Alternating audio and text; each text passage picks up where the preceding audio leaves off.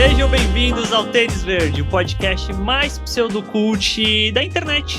Eu sou o Arthur. Eu sou a Nathalie. E no episódio de hoje desse podcast, comemorando 10 anos do lançamento de um dos filmes mais subestimados, talvez, do MCU, vamos falar de Capitão América, o Primeiro Vingador. Sim, e é bem legal esse timing, pois está rolando o quê? Falcão e o Soldado Invernal, que é basicamente uma série spin-off aí dos filmes do Capitão América, né? Que, inclusive, nós estamos comentando semanalmente, todos os sábados às 7 da noite, em twitch.tv/Tênis Verde. A gente faz live lá comentando os episódios de Falcão e o Soldado Invernal e das outras séries da Marvel também. Então segue a gente lá pra acompanhar essas lives e também acompanhar as lives do podcast, né? A gente grava o podcast toda segunda-feira à noite lá em twitch.tv/Tênis Verde, então você pode interagir com a gente e, de certa forma, participar aqui do podcast também. Exatamente. E também, o último aviso, siga a gente no Instagram, @TênisVerdeCast. A gente sempre avisa quando tá ao vivo, quando tá gravando um episódio, quando sair um episódio, e também os nossos pessoais,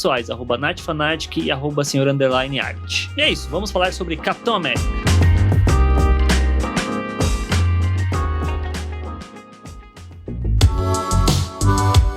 Bom, então Capitão América, o Primeiro Vingador, não foi o primeiro filme da Marvel, apesar de que na ordem cronológica dos fatos da Marvel, ele acabou se tornando o primeiro filme, né? Então, para muitas pessoas que vão entrar no universo do MCU, né, ele acaba sendo o primeiro filme, dependendo de como a pessoa começa a assistir, né? Então, o quinto filme do MCU, que eles estavam construindo, né, as pecinhas ali, colocando uma pecinha de cada vez até chegar nos Vingadores, né? E eu sei que o Arthur já tem uma outra história com o MCU, mas eu queria aproveitar para compartilhar a minha história com o MCU, pois foi por causa do filme do Capitão América que eu engajei no universo da Marvel. Foi por causa do filme do Capitão América que eu passei a acompanhar os filmes da Marvel, e foi quando eu realmente me tornei muito fã de filmes de herói. Tipo, eu já gostava muito do Homem-Aranha, muito, muito, muito mesmo, era meu herói favorito.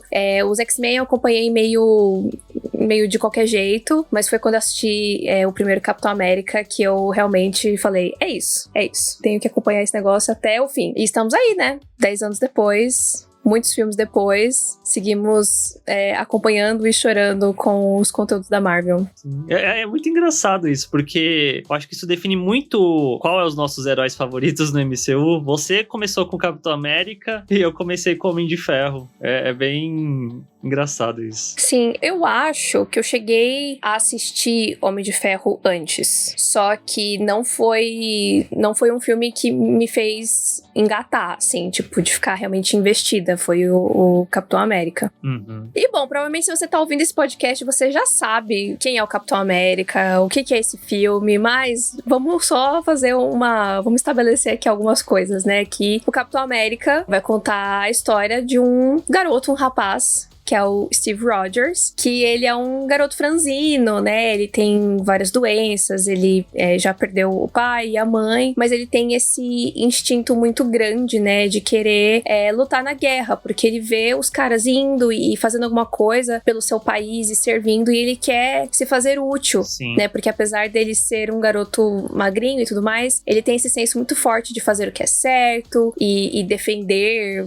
os oprimidos e etc. Mesmo não tendo às vezes a força física pra isso, ele tem o coração, né? Então ele vai tentando, até que chega uma hora que ele acaba sendo aceito no exército, mas por um outro motivo, porque o exército americano tá tendo um experimento, né? Eles estão fazendo um experimento pra poder dar um boost nos soldados, né? Fazer o que eles chamam de super soldado, que é basicamente injetar um soro e fazer que eles fiquem mais fortes e tal, e criar um mega exército pra poder vencer a guerra. E aí, contra tudo que era lógico, quem é escolhido pra ser o primeiro a fazer o teste lá é o Steve, e aí ele vira o super soldado. Sim. E aí ele vai começar uma jornada como Capitão América, né, meio que sendo usado como um garoto propaganda. Garoto propaganda, exatamente. Garoto propaganda do governo. Mas aí ele vai se descobrir, né, ao longo desse caminho, sobre o que ele quer fazer realmente agora com esses poderes que ele tem. E, enfim, a gente vai ver a jornada dele aí ao longo do filme. Sim. Você gosta desse filme, Nathalie? Eu falei que ele é subestimado porque eu gosto demais do filme. Eu quero saber o que você acha dele, ainda mais que você viu recentemente, né? Bom, eu obviamente adoro esse filme, porque por muitos motivos, né? O filme é muito especial pra mim por ter tido essa importância na minha vida. Eu gosto muito do Capitão América, ele é hoje o meu herói favorito. E eu gosto do filme, né? O filme em si, eu acho que ele é um excelente filme de origem. Eu não sei porque as pessoas meio que esquecem dele, porque ele é muito bom, ele é muito bem contadinho. Tudo tá lá por um motivo. Eu não sinto nenhum problema de ritmo, nem nada. Eu acho que o que talvez tire, às vezes, um pouco da força dele para as pessoas é que ele é um filme um tanto quanto tradicional, né? Tipo, eu não acho que ele tem nada de muito diferentão. É bem uma jornada do herói. Só que acho que diferente das jornadas do herói, em que o herói meio que... O herói não atende ao chamado primeiro, né? O Steve, ele tá sempre pronto pra atender o chamado que não chama ele, né? Tipo, ele quer ir, mas ele não dão a chance pra ele, né? Então, sim, tipo, revi pra poder gravar o podcast, foi uma ótima experiência, ainda mais agora que a gente sabe tudo que acontece depois com o personagem, o filme, ele fica mais especial ainda, e pra mim, talvez, o único ponto negativo seria os efeitos visuais, que hoje você olha e fica tipo, mano, eu não lembrava que era tão ruim assim. Então, pra mim, essa foi a única coisa que meio que saltou, assim, de negativo, mas de resto, eu acho que é um filme muito sessão da tarde, eu acho. Sim. Não sei se você concorda que tem essa vibe meio sessão da tarde, mas muito heróica, muito quadrinho também, eu acho. E, enfim, eu acho que muito bom, positivo em todos os sentidos. É curioso, porque eu lembro, eu não tenho uma memória muito vívida, mas eu lembro da época que começou esse filme a ser feito e tal, e muito era discutido, mas vamos adaptar o Capitão América, ele é esse símbolo americano, não sei o que, como que ele vai ter esse alcance mundial e tal, que talvez esse pode ter sido um dos motivos para as pessoas darem uma ignorada dele a princípio, e talvez o filme que veio posteriormente, que é o Soldado Invernal, ajudou a consolidar e popularizar mais o personagem, pelo menos no meu ponto de vista, mas eu consigo ver esse filme funcionando muito bem, tanto nesse sentido que você falou de ser uma sessão da tarde, mas eu sinto muito aquelas vibes de filmes da década de 80, 90, aquelas matinês que faziam um filme meio descompromissado, mas muito divertido de acompanhar, tal, que é a própria pegada do diretor, eu sinto, que é o Joe Johnston, né, que ele não é um diretor tão conhecido assim, mas ele fez um filme, se eu não me engano, na década de 90, chamado Rocketeer, que é um filme que sempre que possível eu falo desse filme porque eu gosto muito, eu assisti total por acaso, também é de um herói, se eu não me engano, tem um contexto de guerra envolvido, e ele tem essa mochila jato que sai voando, ele sai voando junto, tem no Disney Plus, é um filme da Disney, eu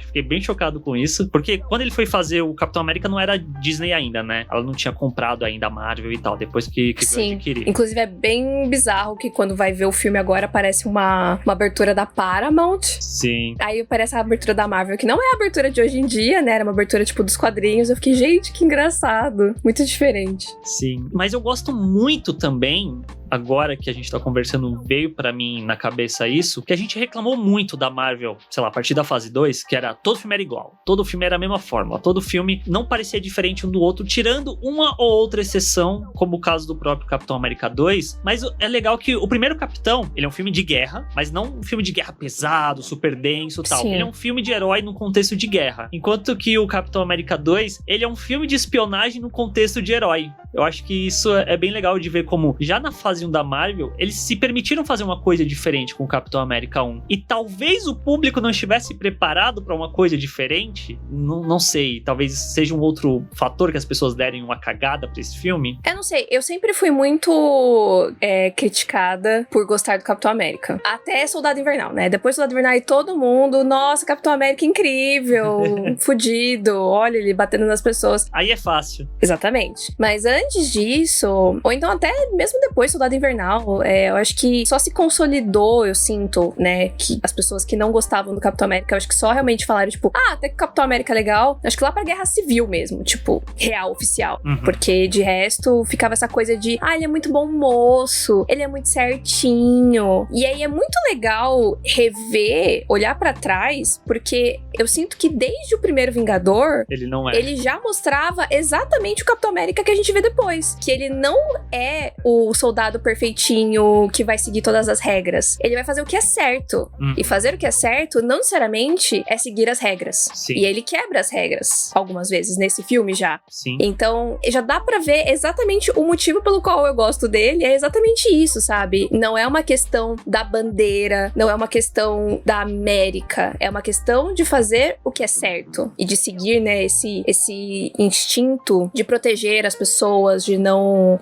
aceitar os bullies, né, que ele chama. Então, por isso que eu sempre gostei do Capitão América. E não, porque o cara usa a bandeira dos Estados Unidos. Mas vai muito além disso, né? E isso já fica claro desde o primeiro filme. Acho que as pessoas só simplesmente não quiseram ver, ou não quiseram ver o filme. Então, já faziam um pré-julgamento ali de quem ele era e tudo mais. Mas falando isso que você falou, da vibe do filme e do próprio diretor, eu senti muito isso revendo, que até essa coisa dos efeitos visuais, que eu falei que é meio ruinzinho e tal, até isso eu sinto que, de certa forma, colabora pra áurea do filme, de ficar essa coisa meio de um filme dos anos 80, 90. Sim, eu sinto que traz um charme, talvez, pra narrativa, porque talvez não seja proposital, no sentido de... Em 2011, se eu não me engano, já era um efeito meio estranho, principalmente do Steve magrinho, nessa cabecinha e tal. Naquela época já não era bem feito, mas se você joga o filme pra década que ele pertence, você entende mais ou menos esse jeito meio ruim de como fica. Um pouquinho tosco, né? Exato. Não super incrível, perfeito. Sim, eu não acho que isso necessariamente me incomoda. Acho até que dá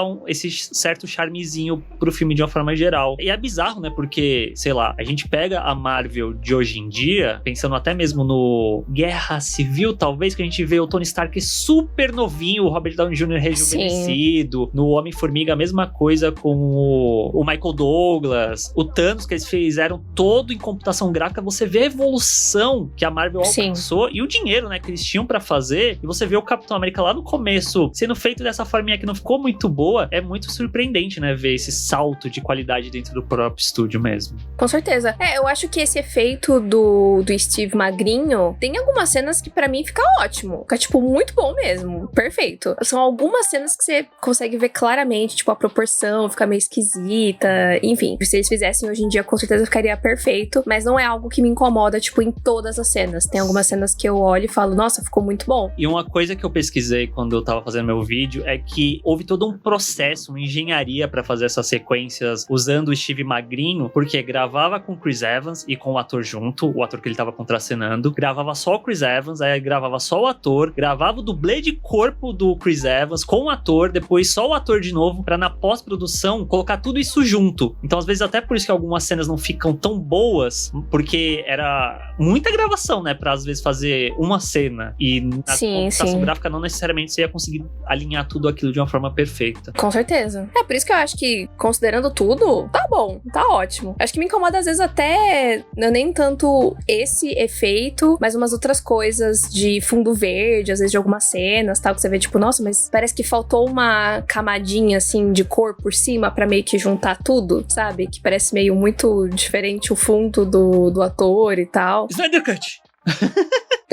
Mas enfim, passa, né? Passa. Eu acho que, de fato, não atrapalha a experiência do filme. Não é uma coisa que você fica tipo, nossa, me tirou completamente do filme. Tipo, não. Eu acho que é um pouquinhozinho datado, mas ao mesmo tempo que eles estavam fazendo pra aquela época já era bem avançado. Enfim, super, super cola. E eu acho que tem essa linguagem meio antiquadinha, assim, no filme, que combina muito com o próprio personagem e com a época que eles estão retratando, né? Então eu acho que é um filme que ainda funciona demais nesse sentido, assim. Não fica muito... Ele até meio que tem uma aura, eu diria até que um pouco atemporal, assim. Pra mim, pelo menos. O Wendell falou aqui no chat, eu me incomodo mais com o Caveira Vermelha em alguns momentos. Vamos falar sobre o Caveira Vermelha, então? Porque dentro do próprio Disney Plus, eles estão colocando alguns extras, né, dos filmes, o que é muito legal. E que todo streaming poderia fazer isso, inclusive, pois é uma excelente coisa pra se ter para os seus filmes. Um excelente extra. Excelente extra. Isso. Ajuda a gente a ficar mais empolgado de assinar. Os filmes mais antigos, eles têm menos extras, né? Os filmes mais recentes, eles têm mais. Mas o Capitão América tem algumas poucas coisas e tem um vídeo de 10 minutos falando sobre a construção do visual do Caveira Vermelha, que eu achei muito interessante. Porque grande parte do Caveira Vermelha, na verdade, é maquiagem. É efeito prático. É prótese. Eu achei muito foda. Sim, eu também. Porque eu achei que ficou muito bom. São alguns detalhes que eles fazem ali no digital, tipo, sumir com o nariz dele. Eles deram, tipo, umas acentuadas em algumas regiões, escureceram um pouco a olheira ali, né? A cavidade do olho e tal. Mas o grosso mesmo é prótese. E eles fizeram de uma forma... Porque a prótese é uma coisa que assusta bastante os atores, né? De você ficar meio limitado. Mas eles fizeram com material e de uma forma que ficasse confortável pro Hugo Weaving poder falar e fazer as expressões e poder a gente ver a atuação dele. Ele não ficar escondido através de prótese, que foi até uma coisa que um dos caras no Extra fala, tipo, de que adianta a gente contratar um puta ator desses e a gente não vai mostrar a atuação dele, né? E é verdade. Sim. E, inclusive, eu gosto muito do ator, eu acho que ele manda muito bem como Caveira Vermelha. O que você acha do Caveira Vermelha como vilão? O que eu acho? É. Eu não sei se eu gosto muito não, pra ser sincero, porque eu acho que era a época que a Marvel fazia vilões que eram meio que o oposto do mocinho, só que malvadão e não sei o quê. E se você pega todo o conceito do Caveira Vermelha, ele também era um cara que tava no exército nazista, que foi injetado soro e aí aconteceu isso com a cara dele, ele virou malvadão, e aí ele tem todo esse lance de procurar o Tesseract e tal. E é meio que isso. Eu não sinto que ele tem algum desenvolvimento, que ele vai pra algum lugar. Eu concordo com você até certo ponto, mas uma coisa que eu acho muito interessante do Caveira Vermelha é que ele é curioso.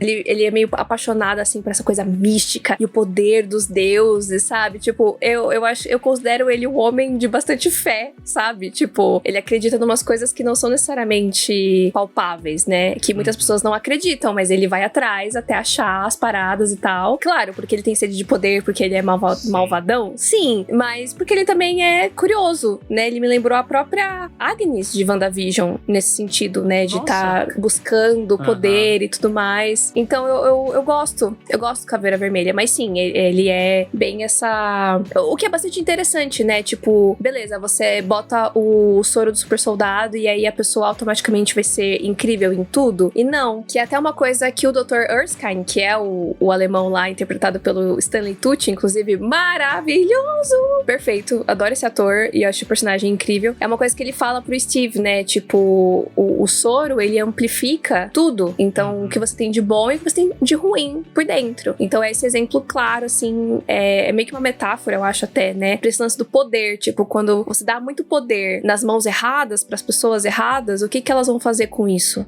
né? Então, é bem isso. Tipo, o Steve, ele sempre teve esse coração enorme e muito bom, então ele fica incrível e ele faz coisas boas com o que ele tem na mão, enquanto o Caveira Vermelha ele vai usando pra um caminho negativo, né? E vira aquela coisa feia lá. E resgatando o que você falou da Agnes e falando dessa sede de curiosidade do Caveira, confesso que achei o personagem um pouco mais interessante e também porque eu fiz uma ligação com algo mais real, que é o próprio Hitler, né? Que muito é falado e estudado sobre ele, sobre essa curiosidade que ele tinha em diversas áreas, né? Que não era só esse cara sem nenhuma cultura nem nada. Apreciador de arte, exatamente, né? Ele investia no cinema alemão também e tal. Ele tinha esse conhecimento, ele sempre almejava mais conhecimento e muito também é dito de testes que ele fazia e tal, que às vezes usava coisas que eram fora da ciência necessariamente. Então dá pra fazer esse paralelo também com o Caveira Vermelha, que torna o personagem melhor, mas aí é aquilo, você precisa ter a bagagem pra entender de onde vem a inspiração dele, né? Porque se for só olhar ele no filme como personagem solto ali, talvez ele não seja tão profundo. Inclusive no filme, ele meio que se distancia do Hitler, né? Justamente por ele ir por esse caminho de mexer ali no Tesseract e tal, e desenvolver aquelas armas lá. Que inclusive esse efeito das armas é bem bonito e bem feito no filme. Aquelas armas que eles somem com as pessoas, sai o bagulho azul lá do Tesseract e a pessoa evapora. Pulveriza. Acho muito bem feito. Esse é um CGI muito, muito bom do filme. Tudo na história do Capitão América é um paralelo, né? Tipo, eles estão literalmente lutando contra os nazistas e tudo mais. Só que eles meio que criam esses outros personagens, né? Que além de lutar contra o Hitler, tem a Hydra, né? Que é justamente essa organização que o próprio Caveira cria. Então, tanto que lá no final, na cena que o Steve Rogers foge, né? Que ele acorda depois no presente e que o Nick Fury fala com ele, nos extras lá do Disney Plus, tem essa cena, só que ela era um pouco mais longa. Maior. E aí, nesse diálogo dos dois, o Nick Fury até fala pra ele, tipo, o que o Steve pergunta, na verdade, a gente ganhou? E aí Nick Fury fala, sim, foi muito importante ter derrotado a Hydra pra poder, né, derrotar os nazistas, tal. Então era meio que, tinha essa história paralela, mas na verdade é a mesma história e tudo se conecta, tá tudo interligado, né?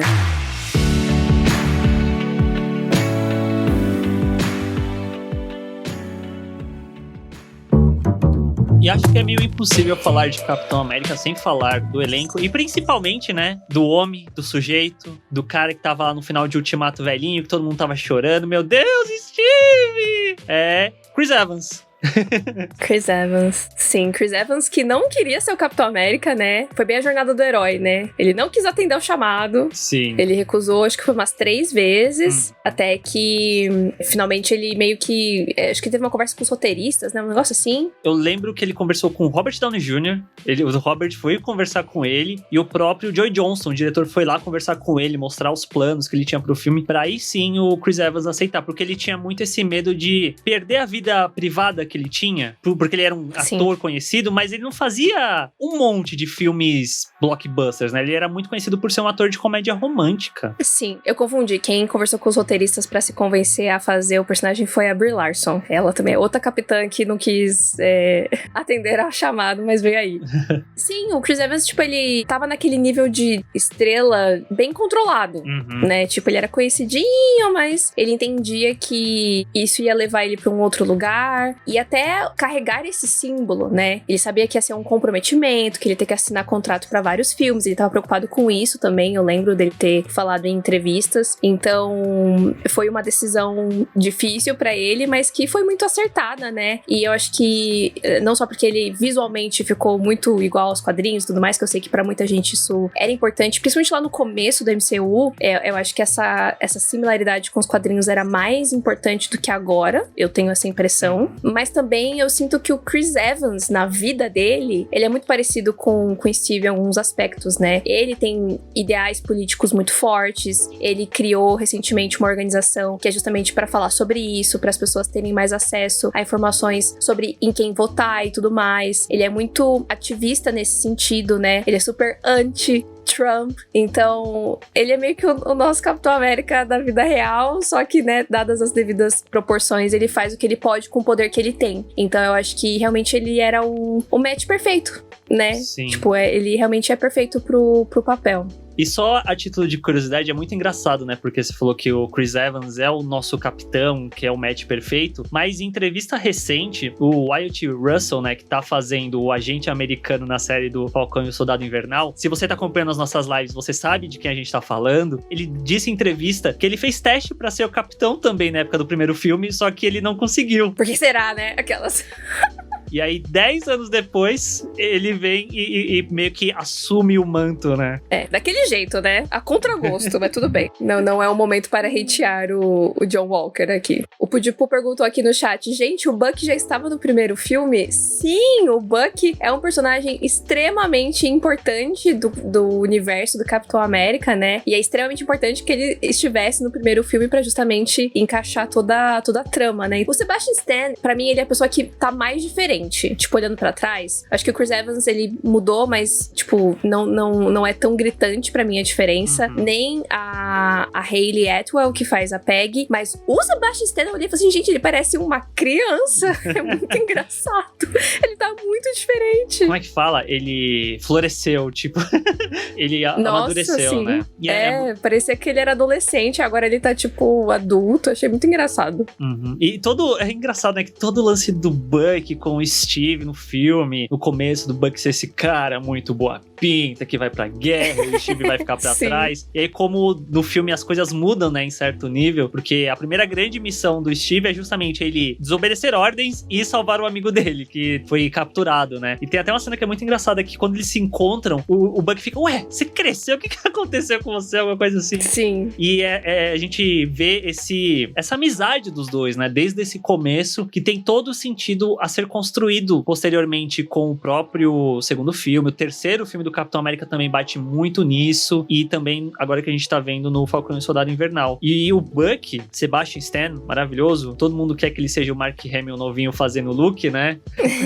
Sim. São muito parecidos. É curioso que demorou, né, pro Sebastian Stan, de certa forma, se firmar, eu sinto, dentro do MCU, porque eu tava pegando imagens pra gente fazer a live, e eu cliquei numa das imagens e tava uma matéria escrito: Sebastian Stan teve dificuldade de pagar contas após o primeiro filme do Capitão América. Eu fiquei, caramba, gente. Pensei que eu já tinha feito contratinho com o cara, pro cara continuar bem no universo e tal. Demorou um pouco pra isso acontecer. Pra mim, o ponto de virada realmente é o segundo filme pra ele, porque ele aparece pouco, né, até no primeiro Capitão América, eu acho. Sim. Não aparece tanto assim. Mas até esse negócio que eu falei do visual dele e tal, depois refletindo, faz total sentido, porque nos quadrinhos, o Buck, ele é meio que uma criança, assim, tipo, ele é super pequenininho, ele é novinho, então fica ele é bem esse sidekick, né, pro Capitão América. Então é muito legal que, tipo, quando ele aparece a primeira vez, você fica tipo, ele é um cara. Aí quando o Steve recebe o soro, ele fica enorme, aí fica essa coisa um pouco diferente, né, e fica muito mais parecida a dinâmica, assim, do que era nos quadrinhos. E aí, quando chega no segundo filme, você já vê que ele já tá mais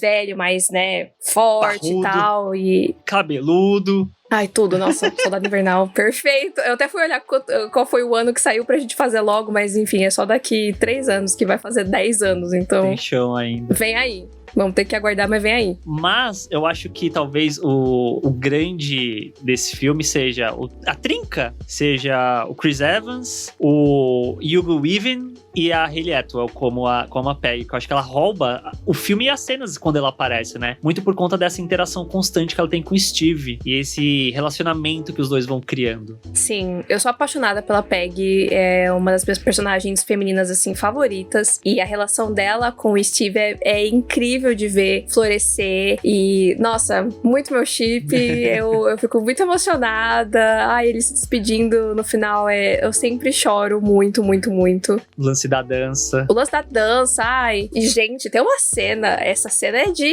arrepiar o corpo inteiro. Quando tem um momento antes deles irem pra última missão, que eles estão num bar lá e tal, aí o Steve tá reunindo uma galera. Esse filme, inclusive, gente, Mulher Maravilha, o primeiro Mulher Maravilha, é muito parecido com esse filme. Sim, sim. É muito parecido. Mas enfim, tem uma cena que eles estão no bar, o Steve tá reunindo ali a galera daquela equipe que ele salvou pra fazer o time dele, né? E depois ele vai falar com o Buck, e aí chega a Peggy com um vestido vermelho, maravilhoso. O bar inteiro pra olhar pra ela, porque ela é a única mulher que existe na guerra. E aí começa a rolar um diálogo que tá tipo, ela olhando pro Steve, o Buck tentando dar em cima dela, falando com ela, e ela respondendo, só que olhando pro Steve. Essa cena, meu Deus, a química, o casal, perfeito. E aí depois o Buck fala, meu Deus, eu tô invisível. Eu não acredito, eu me tornei você.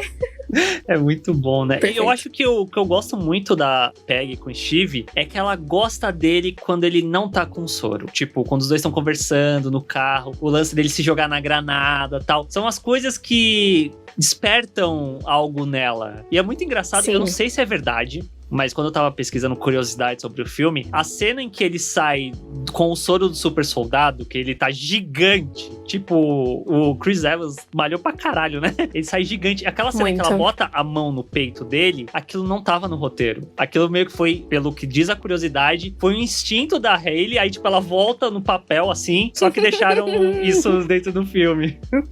Eita, cara, que porra é essa? Muito bom. Nossa, inclusive, eu fico muito agoniada com o Chris Evans no primeiro filme, coitado, porque ele tá muito enorme. Muito, Sim. muito enorme. Eu fico muito feliz feliz que ele depois, tipo, ele tinha que malhar, mas ele não precisava malhar tanto, tipo. Deu uma murchada. Ele pôde ficar um pouco mais de boa, nossa, porque é complicado, o braço do homem ficou enorme. Outro filme que me lembra, só que aí na verdade talvez eles tenham se inspirado, é Mulan. Essa cena que eles estão lá treinando, e aí o cara fala, ninguém nunca pegou essa bandeira aí, faz 17 anos que ninguém pega essa bandeira. Aí os caras ficam lá tudo se amontoando e o Steve vai lá e usa o cérebro dele, e ele derruba o negócio pra pegar a bandeira. Me lembrou um pouco o Mulan também. É verdade. Que curioso. Mas é isso, ele tem esse bom coração, ele é corajoso, ele é inteligente, e é isso que vai despertando o interesse dela. A cena da granada, pra mim, é assim, absolutamente tudo mesmo. Tudo. Porque, inclusive, gente, o Tommy Lee Jones. Ele tá nesse Tommy Lee Jones nesse filme. Ele tá muito engraçado nesse filme. Eu acho o personagem dele muito meio caricato, assim, mas é super cativante também. E ele falando, tipo, não, porque eu quero um cara forte, não sei o que. Você me arrumou esse magricela aí, asmático, papapá. Fala, não, porque tem que ter coragem. Aí ele vai, pega a granada, joga. Ele só volta a bater no menino lá que ele queria que fosse super soldado, aquele escrotinho lá que a Peggy dá um soco também. Sim. É, porque é o Steve que tem a atitude corajosa, né? Ai, ele é perfeito. A única coisa que eu acho que dá uma balada no Peg Steve, tem um nome esse chip, Nathalie? Não, se tem, eu não conheço. É que esse é um filme que tem aquelas participações de atrizes que você fica, nossa, gente, essa pessoa está aqui. Tem a Natalie Dormer. Nossa, a Natalie Dormer, meu Deus do céu. Ela dá uns beijos no Steve. Parece que todo filme alguém tem que dar um beijo no Steve, né? Porque no primeiro filme é ela, no outro filme é a sobrinha? É a viúva. Não, no segundo é no segundo é a Natasha que beija ele. E a gente lá? É no terceiro. É no terceiro? Nossa! Meu Deus, pensei que era no segundo. Não, pera. Não, eu acho que é no terceiro, sim. Acho que é no Guerra Civil. Que eles estão fugindo lá. No Fusquinha lá, é verdade. É no Fusquinha. No segundo é a Natasha que eles estão no shopping lá. E os caras estão vindo aí pra se esconder. Ela fala, daqui. Blá, blá, aí vai dar um beijo nele. Mas é só um beijo de fachada. Um beijo de fachada. Fique claro. A Júlia falou aqui no chat que o chip é Stag. Steve com Peg e Stag. Ela falou que é feio. Feio demais. Eu gosto, eu acho que funciona. Stag. Eu sabia que o Steve com Buck é Stuck. Esse eu sabia, o nome. Com a Peg eu não sabia. Stuck é muito real, inclusive. E a Peg também ganhou seu próprio spin-off, né? Ela tem uma série com 2 temporadas. Eu só vi a primeira, eu lembro que eu gostei demais. Eu nunca vi a segunda, mas agora que tem no Disney Plus, talvez eu volte em algum momento da vida pra assistir. Gosto muito de Agente Carter. Acho que foi um acerto eles terem feito. Infelizmente, aparentemente, não teve, sei lá, audiência e tal. Mas eu gostei muito também da série.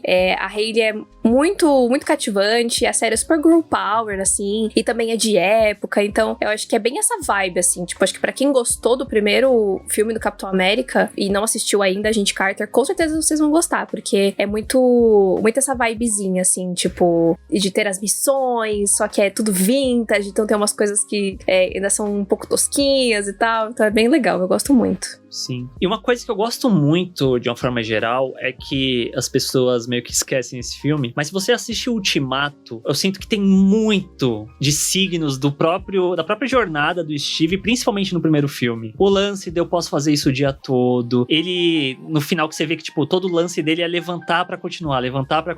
Quando tem as tropas do Thanos e um monte de gente, aí a gente tá no cinema e tá fudeu. Sim. Vai o Steve sozinho contra todo mundo. É muito incrível, mas principalmente como o final amarra com a questão dele com a Peg, dessa dança prometida que nunca veio e depois acaba vindo também. Então acho que o primeiro filme do Capitão América, o primeiro Vingador, ele é um filme muito importante pro MCU de uma forma geral. Por mais que as pessoas não lembrem tanto desse filme, esse filme serviu pra apresentar o Capitão América logo de cara, né? O primeiro filme dele, que depois já emendaria no primeiro Vingadores, mas ao mesmo tempo é um filme que serviu pra deixar alguns pontos do personagem, né, já estabelecidos aqui. Sim. E quando a gente vai pros outros filmes, a gente não precisa retornar a esses pontos, eles já estão estabelecidos, é só uma continuação. Com certeza, é a base, né? Tipo, eu acho que nenhum dos outros filmes faria sentido sem esse filme. Simples assim. O Soldado Invernal, ele é um filme muito bom, mas a carga emocional que existe é justamente a relação do Steve com o Bucky. Sim. E onde a gente entende essa relação e por que é tão importante, por que o Steve corre tanto atrás? Por causa do primeiro filme. Uhum. Então, tudo meio que volta pra ele mesmo, porque é a estrutura, né? É a a base do personagem. E até isso que você falou dele nunca desistir e tal. O próprio Caveira Vermelha fala isso no filme. Tipo, tem uma hora que eles estão lá naquele avião. E aí o Steve acaba saindo do... Avião não, é uma nave, né? Aquela nave esquisitona enorme que o Caveira tá com o Tesseract. O Steve acaba saindo da nave em determinado momento num jatinho, né? Que ia soltar as bombas lá e tal. E aí ele vai,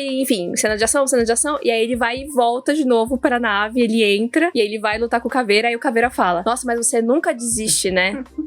E é exatamente isso. E na hora eu falei assim, cara, isso é ultimato, né? Tipo, sim, algumas pessoas desistem, a gente não. É o cerne do personagem, de quem ele é. eu sinto, trazendo o que você falou lá do começo, de quem é o Steve, do que ele representa, e não necessariamente as bandeiras dos Estados Unidos, né, que tem toda essa desconstrução do personagem durante o MCU, eu sinto que a Marvel conseguiu fazer o que a DC pena pra tentar fazer com o Superman. Porque se você para pra pensar, são os dois exemplos máximos do bom mocismo, de Sim, serem os símbolos americanos, né, porque os dois usam as cores dos Estados Unidos nos seus uniformes, mas a Marvel conseguiu pegar aquilo que provavelmente ia ser um porre que as pessoas imaginavam que seria o Capitão América e tornou ele num personagem tridimensional, que tem seus questionamentos, que bate de frente contra decisões que ele não concorda, nem que pra isso ele tenha que virar meio, como é que fala? Rogue, tipo, foragido e deixar a barba crescer, porque, né, não basta o Chris Evans ser bonito, tem que deixar a barba crescer pra ficar mais bonito ainda. Apelão.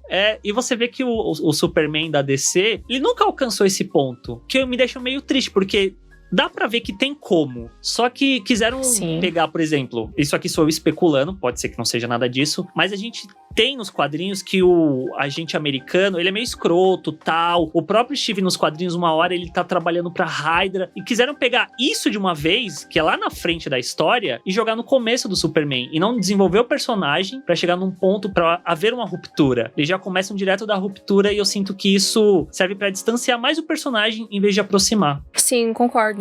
É que é justamente isso, tipo, os quadrinhos, eles têm essa base, né? Tipo, tá tudo lá. Só que aí, quando você vai transpor isso pro cinema, você tem que meio que começar de algum ponto, né? Pra criar uma base ali, pra daí, então, desenvolver o personagem, né? E, então, isso que é muito legal. Tipo, acho que muitas pessoas não sabiam que o Steve tinha esse outro lado, essa camada de, tipo, não, porque ele vai ser contra o governo e ele vai deixar a barba crescer, mas, tipo, tem todo o lance dele ser o Nomad, né? Nos quadrinhos e tudo mais, então, tipo, já tava lá. É que pra quem só tava acompanhando os filmes, eu sinto que enxergavam ele de uma forma meio superficial, assim, tipo, ele é só um soldadinho, um fantoche do governo americano, sendo que ele tava sempre mostrando que não era bem assim, né?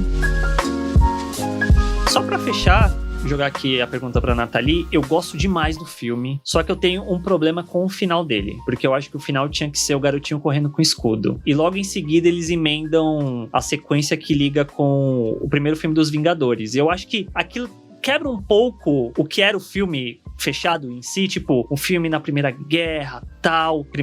Segunda Guerra Mundial, tal. Termina exatamente com ele inspirando outras pessoas, né? Tanto que você vê que é o garotinho com a tampa de lixo, brincando com os outros amigos, com o capitão. Eu acho que se terminasse ali, pra mim era um filme quase perfeito. Só que depois tem a sequência dele no futuro, que eu acho que era um problema que a Marvel tinha em determinados pontos do MCU, que era querer ligar demais as coisas. Em vez de deixar essa sequência, sei lá, pra um pós-créditos, fechou o filme aqui, olha, respira, vê os créditos, agora tem essa sequência aqui que vai ligar com mais pra frente. Eles já quiseram emendar muito em sequência. Isso é algo que me incomoda um pouquinho no final. Concordo. Não é nada que me incomoda, tipo, nossa, meu Deus. Tipo, você falando, eu concordo, mas não foi uma coisa que passou pela minha cabeça. Mas eu adoro a cena do menininho com a tampa da lata de lixo. É muito fofo, que é exatamente isso, é o que ele significa, e é muito também um próprio callback ao Steve, né? Tipo, ele meio que vai tendo escudos provisórios ali ao longo do filme, né? Ele vai se defender do cara no beco lá, ele pega a tampa, aí depois, quando ele recebe o soro, que ele vai atrás do cara lá, ele pega a porta do carro, né? Que tem a estrela, e também que vai formando ali, né? O que seria o escudo dele e tal. Então, eu acho muito bonitinho. E eu acho que se a Marvel não fizesse cenas pós-créditos e não tentasse conectar as coisas, seria um filme extremamente diferente, porque terminaria de uma forma em que o herói morreu. Sim. Tipo, ele salvou o dia, mas ele não... Que é a grande tristeza da vida do Steve, né? Ele tá sempre colocando meio que os outros na frente dele, né? E da vida dele, e das vontades dele. Então, é isso. Seria o sacrifício pelo bem maior e tal. Então, seria muito... Nossa, acho que seria muito tenso. Eu não sei nem se as pessoas ficariam felizes, sabe? Tipo, eu acho que as pessoas não iriam gostar desse final. Assim, nossa, puxa, mas o cara morreu. Que merda, como assim? Que filme triste. Olha só. Eu acho que ter essa ceninha assim, tipo, puxa, ele foi resgatado. É que também tem, o começo do filme também tem, já mostra, né, que eles vão resgatar ele. Mas enfim, vamos desconsiderar isso, né? Aí eu acho que dá uma esperança, tipo, pelo menos ele, ficou congelado 70 anos, mas tá vivão aí, tem uma vida toda pela frente. Faltou coragem pra Marvel, hein? Digo aí. É que faz parte da história do personagem, sim, né? Sim. Tipo, todo o lance dele é que ele é descongelado depois. É, um homem fora do seu tempo. É que eu acho que, você falando tudo isso, trouxeram ele de volta, beleza. Mas ainda assim, eu sinto que o final é meio triste, porque ele fala, eu tô atrasado pra uma dança. Porra, perdoa a dança, claro. Horroroso. Você fala, porra, que triste também. É muito triste, é muito triste. Eu não quero nem falar muito sobre isso, porque depois quando ele vê a Peggy no Soldado Invernal, ai, meu Senhor Jesus amado, meu Deus do céu. Mas dá tudo certo, né? Dá tudo certo no final de tudo. Dá tudo certo. Os refrescos vieram, inshallah. Mas é isso, a vida do Steve é uma luta atrás da outra. E é isso. É uma luta atrás da outra. Pausa dramática. E é triste, mas é muito inspiradora também. Tipo, é uma coisa que eu gosto muito do personagem, é isso. E a gente justamente tá vendo muito isso no Falcão e o Soldado Invernal, né? Como esse símbolo que ele é, essa inspiração que ele é pra tantas pessoas, né? E vez após vez ele mostrando pras pessoas qual é o objetivo dele, né? O que ele faz com isso, o que ele acredita e como isso impacta a vida das outras pessoas, né? E é assim que eu me sinto em relação ao personagem. Tipo, é um personagem que me inspira a ser uma pessoa melhor.